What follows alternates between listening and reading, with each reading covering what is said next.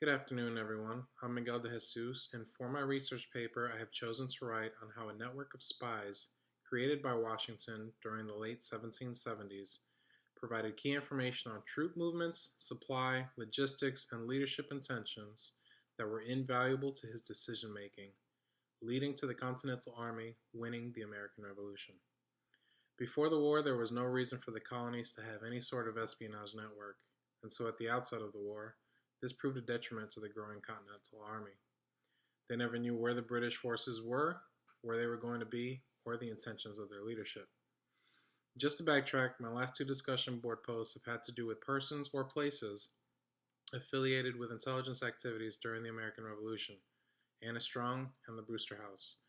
I've served as an intelligence analyst in the Navy for over 18 years, and I thought that the opportunity to write my paper on this subject would serve as a sort of segue by combining my soon-to-be past professional life as an intelligence analyst with my future professional life as a historian.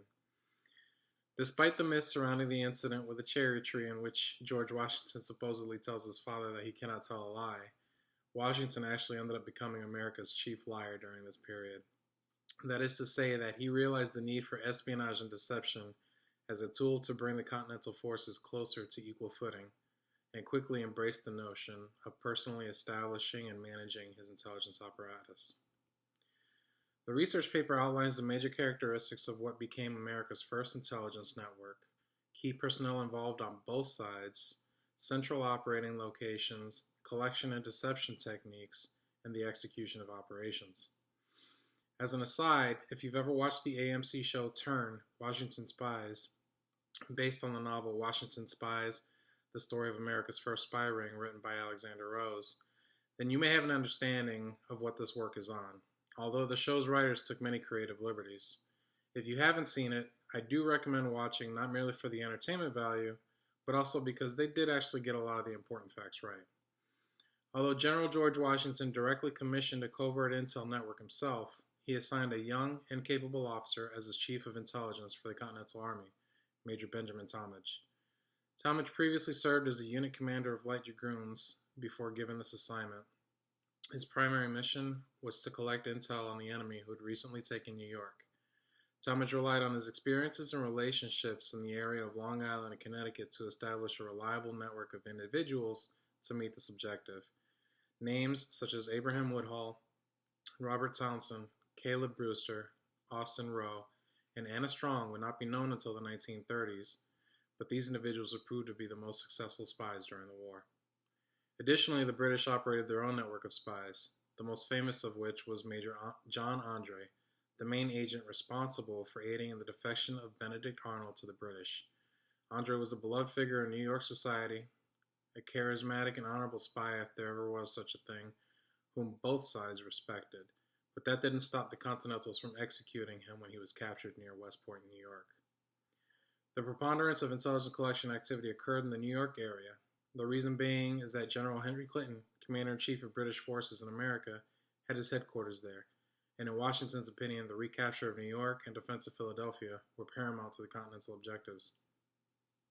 Washington allowed his subordinate generals to employ some of their own spies as well, which served the function of intelligence collection in other theaters of operation, such as the North from Rhode Island to Quebec, and the South in the Carolinas and Georgia. But he never considered those sources as reliable as his own. A spy's most important asset is his or her tradecraft, the techniques, methods, and technology used to achieve their objectives.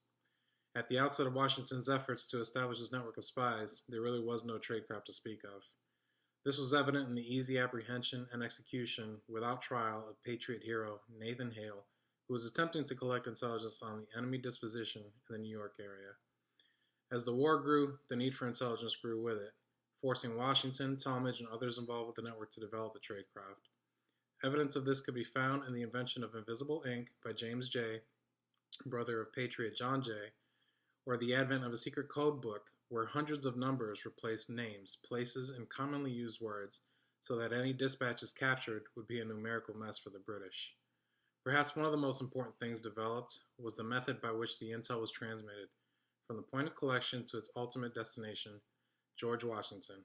The series of links in the chain, which included riders, boatmen, civilians, and officers, became so effective that the agents involved were never discovered.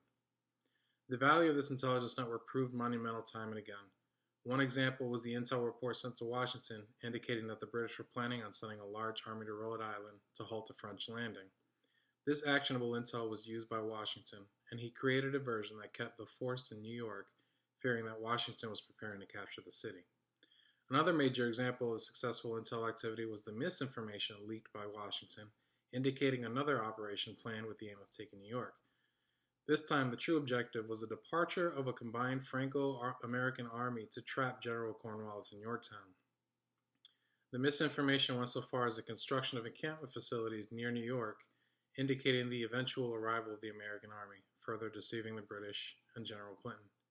By the time they realized the army wasn't coming, Washington and Rochambeau were already hundreds of miles away and entering Virginia. I hope you've enjoyed this brief overview and glimpses of content featured in my research paper, and I wish you all luck and blessings on your future endeavors. Thank you.